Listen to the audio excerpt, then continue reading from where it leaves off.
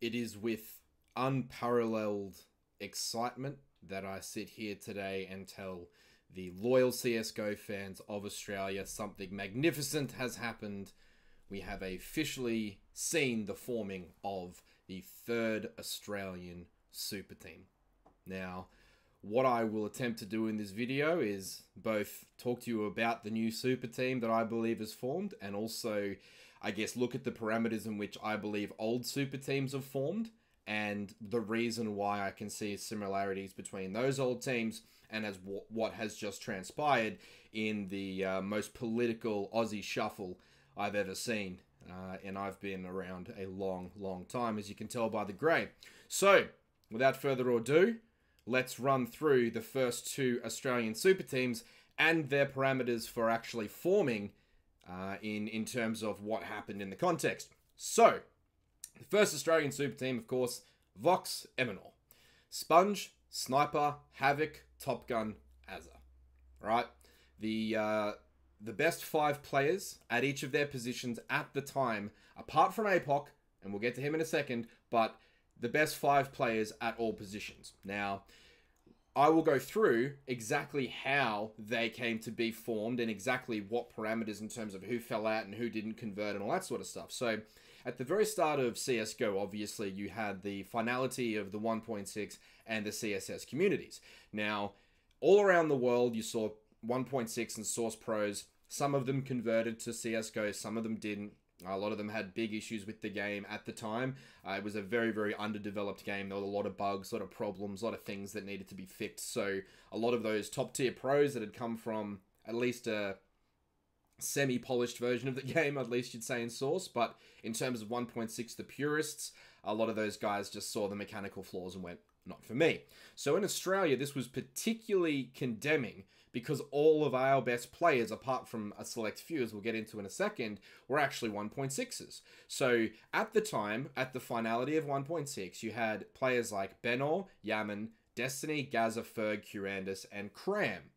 Now, that group of players was the elite of the elite, in my opinion, across all the different roles at the very end of 1.6. Those guys were basically the most complete players, and any combination of those guys, wherever the majority of they were, that team won. It's as simple as that.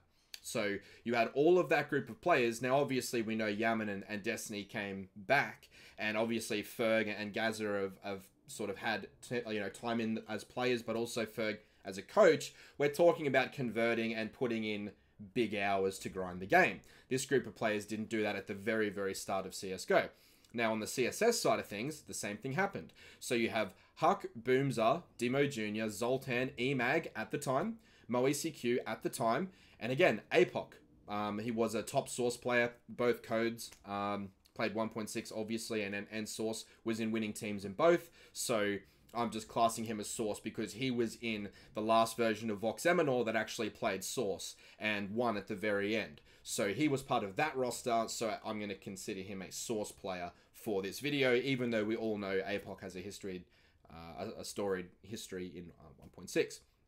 So basically what you have is the roster of Sponge, Sniper, Havoc, Top Gun, and Azza forming out of Fire and Brimstone in the end of the 1.6 and CSS era. I've just given you between 10 and 14 players there that just disappeared for some time or didn't play, and these are all top prospects in both games.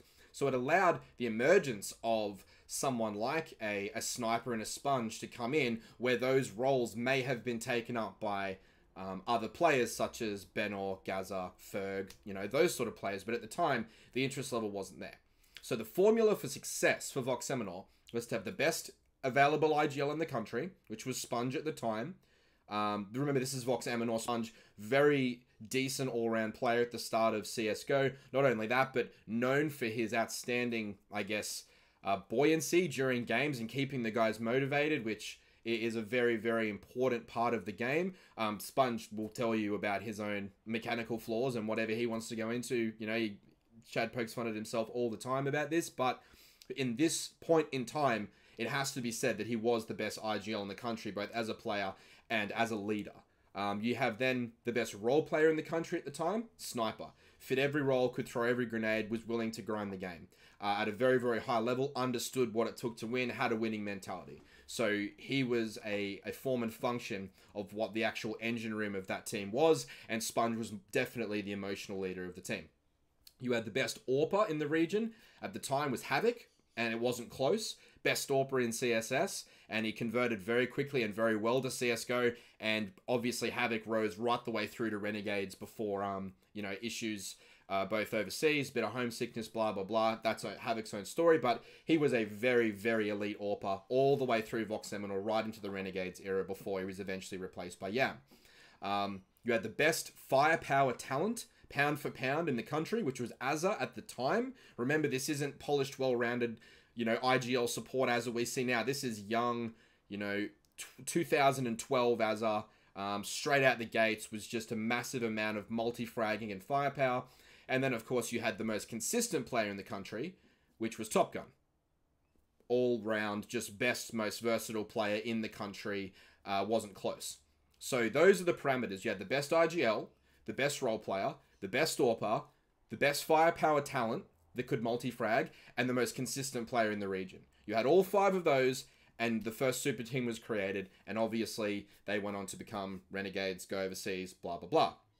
So let's fast forward in time to that exact moment where they do transition out. So Vox Seminole becomes Renegades, and then Renegades leaves. Obviously, they left and became Renegades, so they've left the country, right? This is when the second super team was created. The second super team had Sniper, it was the immunity team, Sniper, Ricky, Emag, Ustillo, and James. And again, these are the 5 best players in the country, apart from APOC, who was once again left out due to political reasons, which again, I will get to at the end. You can see where this might be going with Big Pocky. So, born out of Renegades' removal from Australia, so the likes of JKS, Yaman, Azza, Sponge, Havoc, they go, right? This team, though, on Australian soil, consistently beat Renegades when they came home, and also beat Cloud9, and almost beat Virtus Pro at a Crown Invitational, did very well overseas, was very highly competitive. Now, once again, there's 2 parameters here that are being met. First of all, a big crop of top talent has gone. So just like out of the original formation, some top source players dropped out, some top 1.6 players dropped out, a lot of the talent pool diluted. That's when this first super team formed. The second super team formed when, once again, the talent pool was, I guess, depleted, right? And then you have the 5 best players in these roles that I've defined as per the Voxy model. So the best IGL in the country, and it wasn't close at the time, was Sniper. The best role player, and this is, again, this version of James, but he was the best role player in the country at the time. You could definitely argue he knew his grenades, he ground really hard, he was ahead of the strategy, he counter-stratted, he put in loads of work. This guy was well prepared. Again, he had his flaws, but at the time, he was playing at a very, very high level, and it was due to this success he formed a massive ego and just basically ruined his own career by being so egotistical, basically. Because he's a very, very talented, sharp player and still is, but that ego's never got, after this success, never got held in check. They had the best AWPer in the region in Ricky. They had best firepower talent in Ustillo, who was an absolute monster for immunity. That Silence Colt, woof, my lord, he used to destroy people. And they had the most consistent player in Australia as well in Emag. So you look at the similarities. You got Sponge and Sniper, you've got Sniper and James, you've got Havoc and Ricky, you've got Azza and Ustillo, you've got Top Gun and Emag. So the best IGL, the best role player, the best AWPer, the best firepower, and the most consistent player. And also a depletion of the local talent. So that's when the second super team formed. Now this brings us to the current day and the current AU shuffle that just transpired. We have finally received our third official super team, in my opinion. They don't have the results yet, but I'm getting on the bandwagon early, and I'm going to tell you why. So, born out of the 2 clear best players in the region leaving, in my opinion, in Gratis Faction and Liaz. And if you're wondering, well, how are they clearly the 2 best? Well, they're in Renegades, aren't they? So, I believe they're the 2 clear best. They believe they're the 2 clear best. I think he was Gratis was the best AWPer in the region. I think Jay was by far the most impactful rifler in the region in terms of creativity and just raw fragging and star power. Great, great players. So those two guys leave. Now, what followed next, though, so that alone, those two players alone, shouldn't be enough to create the, I guess, depletion of the talent pool on their own. It's two players and they've gone from two separate teams. It's not like the first time where the merger of the games happened and talent dropped out. The second time, the top 5 players in the country literally left. So 5 whole players and 1 whole team just disappears. This shouldn't have been enough to create such a chaotic sort of state where another super team formed was possible. However, the roster moves made by Tainted Minds cannot go unnoticed. Whoever was responsible for swapping Sicko for Inns, bravo. That is a genius move. I don't know whether it came from Ferg, who's the coach, and it could have a large amount of input in the personnel. I don't know if it came from the Nick Babir, the general manager of Tainted Minds. I don't know if it came from Ofnu. But they had to replace Yaman. So, you know, Yaman definitely lost some passion for the game, lost some drive for the game, wants to reinvent himself overseas again, I've heard. So, best of luck to Yam. He definitely can go do it, and I understand his lack of motivation. After coming back from Renegades, like, you can understand how you get bored of the monotonous practice online just in Australia. So, you can understand where his head's at, and we wish Yam all the best in his endeavours, and I'm sure, obviously, his ex-teammates and Tainted Minds wish the same.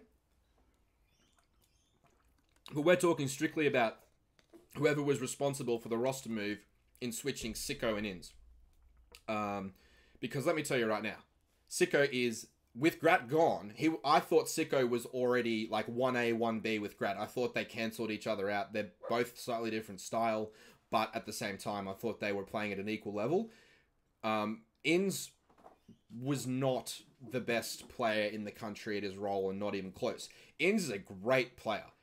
Inns is on the up and up, and in another year or so, Inns will be one of the very pinnacle players that we have. I believe he's just a few more experiences, a few more trips, and a few good results away from mentally turning that corner from high impact young kid we saw in Chiefs, who just balled out of control at IEM Sydney.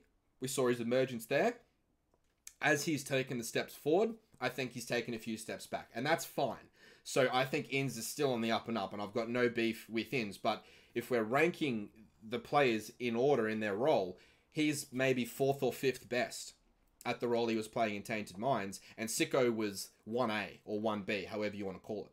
So I hope there was some money transferred back to Order, you know, for losing Sicko.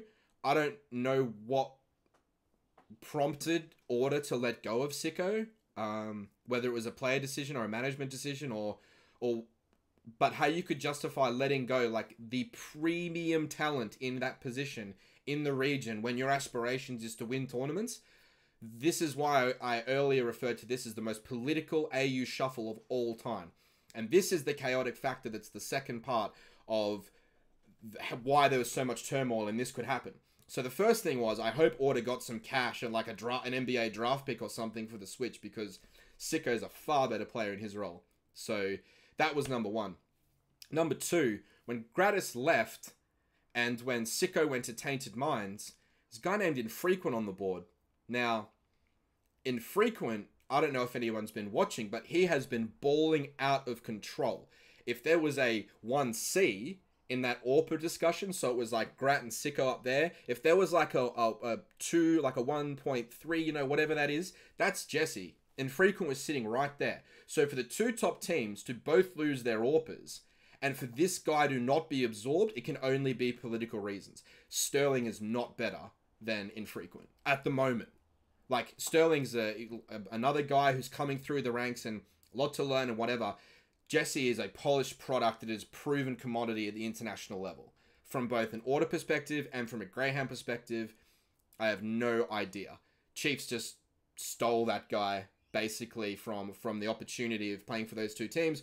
I don't know why, and I'm not going to get into the actual relationship reasons, but from a purely CSGO perspective, I can't see any reason at all why Infrequent wouldn't be absorbed into one of those two teams, right? So that was condition number one, the Sicko and Inns flip. Then it was the Sterling to Greyhound move, which was perplexing. Why not Infrequent?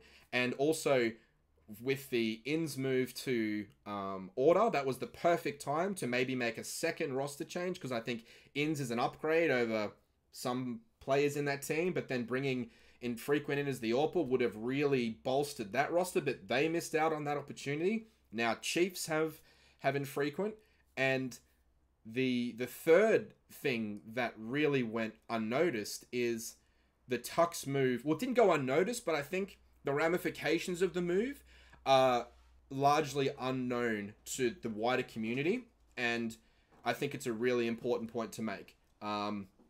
Zuzi is about to be completely unlocked, right? So all these different conditions, so the removal of Liaz and Grat, the poor roster management due to political reasons from Order and Greyhound both dropping the ball, in my opinion, letting egos and, personal feelings get in the way of clear CSGO roster moves, and that lack, I should say, of competitive fervor to create the best team. Tainted Minds, if nothing else, deserve a whole bunch of credit for consistently trying to make competitive upgrades. Like when Tainted Minds make a roster move, I can't remember the last one I was like, really? Every time that something happens with them, you can see a clear logic and a clear thought progression as to how they're going to upgrade their team and the reasons they're upgrading their team. And for this reason, a lot of the credit must go to Ferg. Like, he's a very, very good CSGO brain, and he has a good idea of maybe not necessarily the X's and O's anymore, but he understands personalities. He understands talent. He understands objective. And when you understand those three things, you're always pointing your, talent in a certain direction, and that direction's always consistent. You can't always work out, because no one has a crystal ball, let's be honest. But at least there's a very thoughtful methodology behind why he's doing it. So that's a combination of Nick Babir, a combination of Ferg, and obviously Ofnu as well. Now, the final reason that I think this will kick into a super team for Tainted Minds is, let's look at the amount of turmoil and chaos we got there, which is a parameter. This has happened. And now we look at the formula. The best IGL, it's not even close, is APOC. The best role player in Australia is currently Ofnu. The best AWPer in the region is currently Sicko. The best firepower and talent in the region is Zuzi. And the most consistent player in the whole of Australia is Tux. So every time that the best IGL, the best role player, the best AWPer, the best firepower, and the most consistent player have got together, this has formed a super team with very, very good results. Now, I will close on one final thing, and it is a small focus on a very good mate of mine, Zuzi, in terms of, I've got a long history with the guy. I sort of saw him come through, and this is something I did want to share with everyone because it's a very personal experience, and I'm sure Tyler and Ryan won't mind me saying this because I guess the dynamic duo is back together. But something that everyone may not understand is that Tux has never played with someone like Zuzi, and Zuzi's never played with someone like Tux. When they first started playing together, they immediately understood that both of them were the best player that they'd ever played with. And it didn't change. As Zuzi got better, Tux got better. As one increased their level, the other increased the level. Their chemistry and willingness to work on their game while they're a duo, I've never seen anything like it in terms of a duo.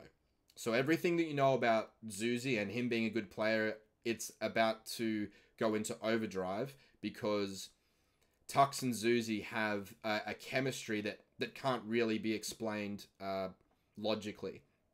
I played with these guys. I've seen it. I've seen them win clutches without communicating a single thing. Just playing purely off chemistry, timing, knowledge of the game, understanding of what the other person's going to do. These guys are the most dynamic duo that I've seen in CSGO in Australia. Not Maybe not the best individual players, but as a combination of two, literally unparalleled in terms of duo. So that's number one. The second thing is the Tux factor, the force multiplier. If you haven't figured it out by now, Tux is the most well-rounded, the most complete, and one of the most skilled players in the history of Australian CSGO.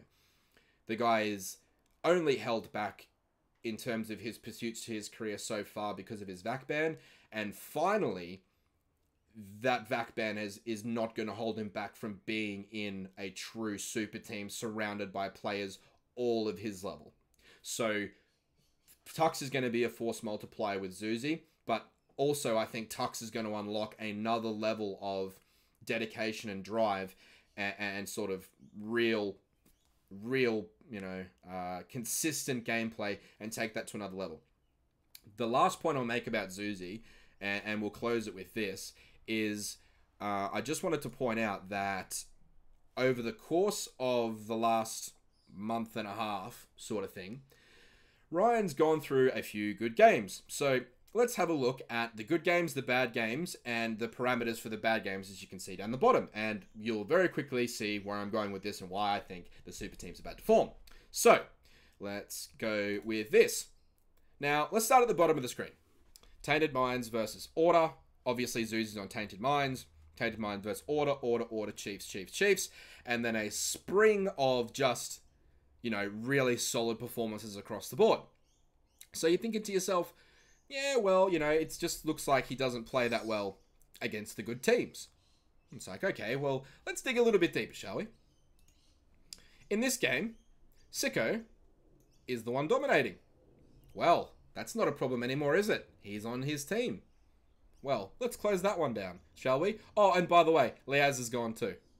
So let's just take those top two players out of this match, shall we? And that's one of the ones that he didn't do too well. The second game, Sicko, Liaz. Both. One's his teammate now, one's gone. So another game where he hasn't performed well, but again, the key factors, one's a teammate and one's gone. Again, Sicko, now his teammate. Didn't have a good game. Let's go to this one. APOC, 27 kills. Now his teammate. Cool. Tux, now his teammate. So he's not going to have a bad game against those guys anymore. And look at this one. APOC, plus 14. That's not a particularly horrible game, but plus 14 for APOC. Now his teammate. Oh, and let's look at what's happened since that. Okay. Well, the thing is, guys, that unfortunately for everyone else, I hate to be the bearer of bad news, but I love to be the bearer of good news. So, all in all, what we've got here is a situation where there's nobody left to stop Zuzi. I'm sorry to break everyone's confidence.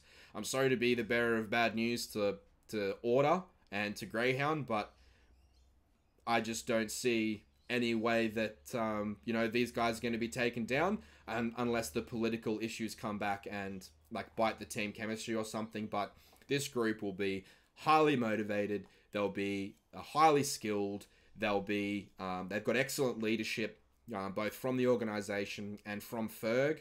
I think that, Ferg with the old roster, with Yaman included, I didn't feel like Ferg brought much to the table. I didn't feel like, because of the way that Yaman and Ferg thought about the game, they were getting a very, very similar value already from Yaman. So I didn't really see the strategical elements that Ferg could introduce. But now that you've got APOC calling and leading those strategies, now that you've got Tux and Ofnu in those positions, and you've got talents like Sicko and Zuzi at full strength, I do think that now the benefit of having Ferg there will be his ability to keep the guys motivated, pardon me, keep them on task, and keep them in a winning, focused mentality, which Ferg knows all about. So I not only think that the roster itself is OP, I think that they've actually got the right guy in the spot now, and this roster shuffle has actually benefited Ferg just as much as the roster. Because now there are elements that Ferg can bring to the table with, I think when Yaman was in the team giving his input, I don't think necessarily Ferg had that big of a voice because Yaman was such a powerful personality in his own right. So, Tainted Minds fans rejoice. Fans of Australian Counter-Strike rejoice.